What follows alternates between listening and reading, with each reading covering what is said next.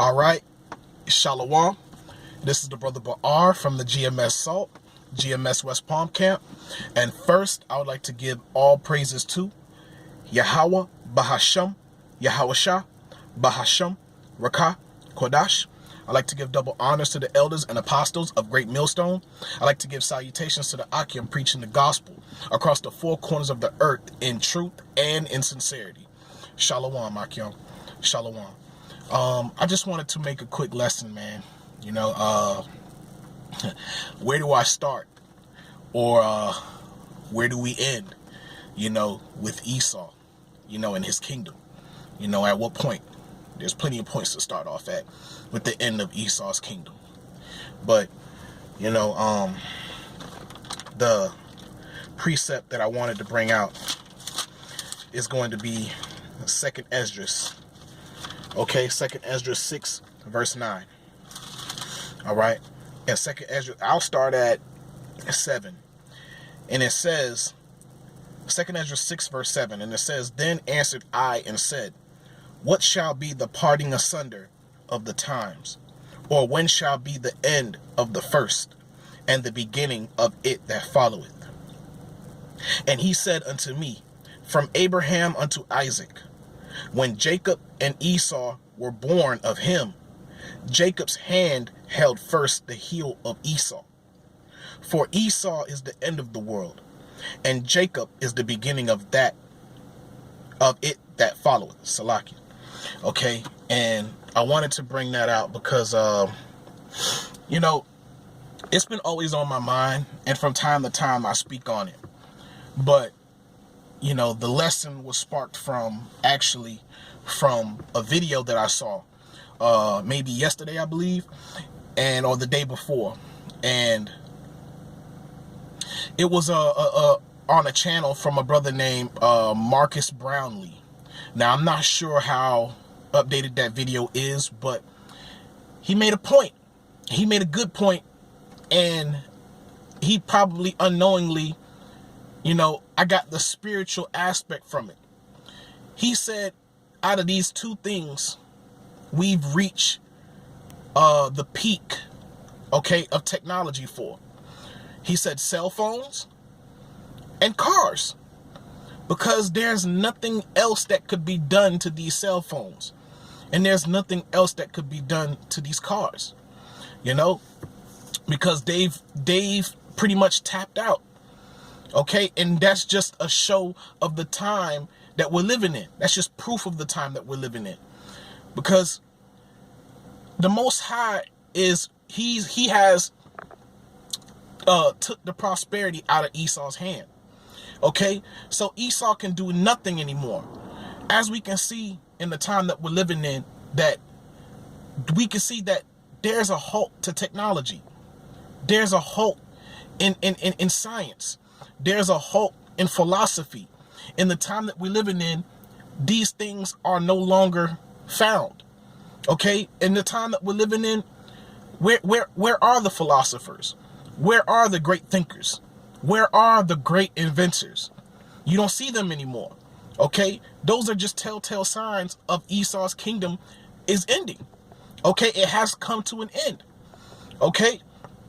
Because Esau is the end of the world. Okay? Esau can go no further than to this time. Okay? Actually, I'm going to bring out this precept sooner than later, you know. But this is Job 14. Job 14, verse 5.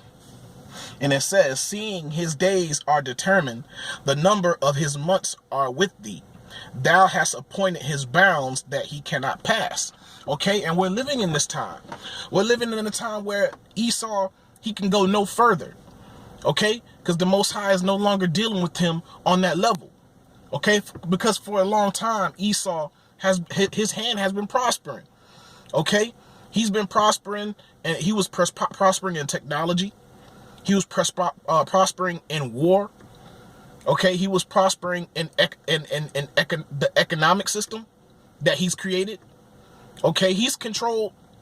The Most High has gave Esau control of all the earth. Okay, of all the resources. Okay, the fatness of the earth and the dew of heaven. The Most High has prospered his hand in those things. Okay, but now we're at a time where we can see that Esau has created nothing new lately. Okay, Esau has created nothing new that is profound. That you could be like, yo, that is new.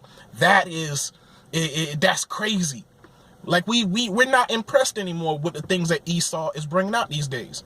Okay, because everything that he's brought out is pretty much things that he's just repackaging. Even when it comes to movies, you've noticed that a lot of the movies that Esau is creating these days is stuff that he's just repackaging, stuff that has already been created. Okay, he's repackaging it, making it look new, putting a new coat of paint on it, and throwing it out there. And people are eating it up. But people are totally unaware of the time that we're living in. That Esau is no longer prospering. Okay, and his kingdom is falling. Because Esau is the end of the world. Okay? But it says in Sirach 6 verse 9, it says, for Esau is the end of the world, and Jacob is the beginning of it that followeth. Okay? When the Lord said that he was going to create a new heavens and a new earth, who do you think he's going to do that for? Okay, you think he's gonna create everything new and start off with Esau? No.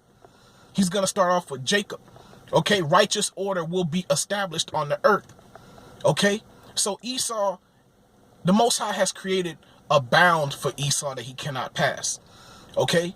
According to prophecy, we see the end of Esau has arrived. Okay? We see his arrival of his end. Where do we start? You know what I'm saying? At what end do we start? Okay, there's plenty to go through in the scriptures to point out the signs of the times. Okay, knowing that the Esau's hand is no longer prospering. Okay, he's not creating anything new, which to begin with, Esau has created nothing new. Okay, so man, let me let me go to Jeremiah 51. All right, and it's very important that I bring this precept out, because Jacob out. Let me just bring it out. Okay, come on. Jeremiah 51 verse 19. The portion of Jacob is not like them, for he is the former of all things, and Israel is the rod of his inheritance. The Lord of hosts is his name. The scripture says, the portion of Jacob is not like them, for he is the former of all things. Jacob is the former of all things. And I brought that precept out because, you know, I mentioned it before amongst the brethren, that even in the height of Esau's kingdom, all right, everything Esau has, oh man, get that out of here. Yeah. Salakia. Mosquito. I had to get it. You know? But yeah, everything at the height of Esau's kingdom. Okay? Everything Esau had was from Jacob. Okay? All the technology Esau had was based off of the things that Jacob has created. Because Jacob is the former of all things. Esau's kingdom, to be honest with you, is a second-hand kingdom. It's not an original kingdom. Okay, the only original things that, actually no, the only things that the Most High really used Esau for was to create destruction, was to create death. Okay, because he's the son of perdition. He is that red horse, man. Okay, Esau has done nothing but bring death, man, to the whole world. Okay, through food, through water, okay, through the air, through his missile technology, through his wars. Okay, those are the only things that Esau has done, man. Okay, Esau has done nothing to help benefit the people and the world. Okay, all he has done so far, so all his whole rulership is destroyed. Okay, and the people are mourning for that, man. But the time is going to come where the people are going to rejoice when the righteous are in authority. Okay, Jacob is the former of all things. We created the cell phone. Okay, we created cell phone technology. That's why Esau can't do anything new with the cell phone anymore, because he wasn't the creator of it. Okay, he can go no further with it. Okay, we control. Jacob has created through the spirit and power of Yahweh Bashem Shah. Jacob has created the internet. Jacob has created the computer. Jacob has created fiber optics. Okay, Jacob has created air conditioning. Okay, everything that you see on the earth that's beneficial to life, Jacob has created it. Okay, through the spirit and power of Yahweh Bashem Yahweh Shah. Jacob is the former of all things. So Esau basically inherited a second class kingdom, man. It's not a first class kingdom. Everything that he has, he took from us and reinvented it as far as like making it look newer. Okay, slapping paint on it, making it shine. Okay, taking all our designs and recreating our designs. They study our designs. The way that we used to build homes, the way the interior structures, the walls, the lining, the curves, all those things. What Jacob did all those things originally. Okay, and Esau took those things and just reestablished them. Okay, and studied the works of our hands on the left hand side and the right hand side. Okay, they can't follow Yahweh Bashem Shah. We know that, and we didn't create Yahweh Bashem Shah. We are chosen of Yahweh Bashem Shah. They can't serve the Lord. That's the only thing that Esau can't do. He can't serve the Lord. But everything that we've created to that brings life, Esau tries to take and make it his own. Okay, and say that it's his. And even when he takes it, he corrupts it. Okay, Esau, he's the destroyer of the earth, man. And he has to be put down. And Esau is the so-called white man. Okay, according to the scriptures. The Most High has to bring him down. All right, because we see his time is at an end. All right. So all things that prosper in this earth, man, is from Jacob. All things that bring life is from Jacob. Okay, but Esau has turned everything upside down, man. Okay, the modern world was created by Jacob. Video games, okay, video games was created by Jacob. So the youth today wouldn't have video games if it wasn't for Jacob. They wouldn't have these things, but Esau takes these because Esau we had to fall away. We had to go to sleep. Okay, Esau had to take our heritage away from us. Okay, he had to give us new names. Okay, he had to tell us that we were Negroes, Latinos, and Native Americans. He had to tell us these things so he can reintroduce all the things that we've created back to us. Okay, so we can look at him like he's some kind of like God-like figure. Like, oh man, the Most High is dealing with you. Look how the world has prospered in your hands. You know what I'm saying? Let's go to your colleges, and that's why Jacob is so caught up in kissing Esau's asses, man, because they don't know that they're the creator of all these things. They don't know that they're the people of the Most High. They don't know that the Most High is dealing with the so-called Negroes, Latinos, and Native Americans. If you knew that you were the people of the Most High, you wouldn't stress Esau's kingdom. Okay? You wouldn't be over here trying to chase his lifestyle. Because you would know that the Most High is dealing with you and not with them. The Most High is dealing with them according to prophecy. Because the Most High did bless Esau. And Esau did inherit the fatness of the earth and the dew of heaven. But what is his end? His end is to serve his younger brother. His end is to serve Jacob. Okay?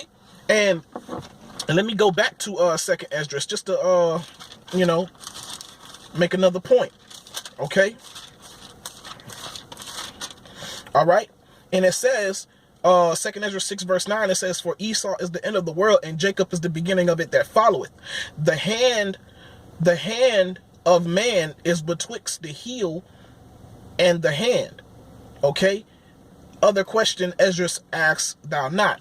So, the thing is, when it comes to that parable, speaking as a man, from what I understand, is that Esau has never had a rulership without Jacob. Esau has never had a rulership without Jacob. The Greek Empire. Jacob was around. The Roman Empire, Jacob was around. The so-called Renaissance, Jacob was around. Even until now, Jacob is around. So Esau has never had a kingdom where he's ruled solo by himself and established his ways across the four corners of the earth by himself. He needed Jacob. Jacob is 75% or more of his military, like it was back in the time of Greece, like it was in the time of Rome, the Roman Empire. Okay, Esau has never ruled without Jacob. It's because Jacob fell away from serving their power, serving Yahweh Bashim Yahweh Shah. This is why Esau, and the same thing with Egypt. Okay, when we were in Egypt in the ancient world, Egypt prospered because of Jacob, because the Lord was dealing with Jacob. Okay, the Lord was not dealing with the other nations. He have not known them. They don't know the Most High. Okay, it's according to scriptures that we are saying these things, man. The Most High has not dealt so with any nation, man, and they don't know His judgments. Okay, this is why, when I ponder upon, when I try to ponder upon what the kingdom of heaven will look like, we can't imagine it, because the kingdom of heaven is not gonna be like this at all. Okay, the Most High is He's gonna prosper our hands on such another level that our minds is not able to comprehend. Okay, so Esau can have fun with this stuff. Okay, because everything that Esau has, everything that he extols to the sky, to the heavens, like, yo, this is it. This is that new. It's not new, because we created it already. You just reintroducing it to the world. Television, you reintroducing it to the world. Through the spirit and power of Yahweh Bashim Yahweh Shah, we created these things, man. Okay? And it only looks like you're doing something new because we fell asleep. Okay? That's the only reason. So they can have these things. They had a second-hand kingdom, Akim. A second-hand kingdom. They've created nothing new. Okay? But let me end this video off, man. All right? And I wanted to end it off with this precept, man. All right? I'm going to go to Sirach. I'm going to Sirach 24. All right. And the point is at 8, but I want to start off at 1 just to kind of, for understanding. It says, Sirach 24 verse 1, it says, wisdom shall praise herself and shall glory in the midst of her people. In the congregation of the Most High shall she open her mouth and triumph before His power. I came out of the mouth of the Most High and covered the earth as a cloud. I dwelt in high places, and my throne is in a cloudy pillar. I alone compassed the circuit of heaven, and walked in the bottom of the deep, and the waves of the sea, and in all the earth, and in every people and nation I got a possession. So, the Most High had to give the other nations a certain level of wisdom, so they can establish themselves. The Most High is balanced, man. The Most High is not unrighteous. He even gave the heathen a certain level of understanding, okay? He gave them, because, he had to give them understanding of the lands that they were living in. He had to, okay? Just like the land of Canaan. The Most High had to put it in the spirit of Canaan to take care of the land of Canaan. He had to take care of the land, so we can enter in and take it, okay? Because that land of Canaan is our land, the land of Israel today. The Lord gave us that area to dwell in, okay? That land to dwell in. So He had to give the other nations a certain level of understanding to live, because if the Lord didn't give them a certain level of wisdom, not even understanding, a certain level of wisdom, that they would die off, But the Most High had to keep them around, okay? So prophecies can come to pass, okay? And up until this point when the Most High is getting ready to give Jacob the kingdom, okay? And so we can establish the ways and the laws, statutes, and commandments of the Most High, so they can live by it, after their 1,000 years of captivity, all right? But, so let me keep going. It says, with verse 7, it says, with all these I sought rest, and in whose inheritance shall I abide? So the creator of all things gave me a commandment, and he that made me caused my tabernacle to rest, and said, let thy dwelling be in Jacob, and thine inheritance in Yasha'Allah. Khan. Okay? So the dwelling place of wisdom, the dwelling place of wisdom, knowledge, and understanding, the Most High made rest upon Jacob, made it rest upon Israel, the so-called Negroes, Latinos, and Native Americans. Okay? And those that are Israelite strangers that are scattered across the four corners of the earth. Okay? Wisdom starts with them. Okay? So the Most High uses us whenever there's some kind of new creation, you know, that brings life. That's Jake that does it, because it's not in Esau's spirit to produce life. Okay, they produce death. They are the son of perdition, the son of destruction. Okay, because the Most High gave them the earth to rule, and they ruined the earth. They've destroyed the earth. They've destroyed the people. Okay, so the earth can't be left unto their hands, man. That's how you know, man, the kingdom of heaven is going to be unlike any other, man, because we haven't even experienced, you know what I'm saying, the full thing. The Most High hasn't been able to use us the way he wanted to. Okay, even Yahweh Shah said it, man. I shall not eat of this fruit of this vine until the kingdom of heaven. Okay, or drink of this fruit. If I'm not mistaken, I don't want to butcher it.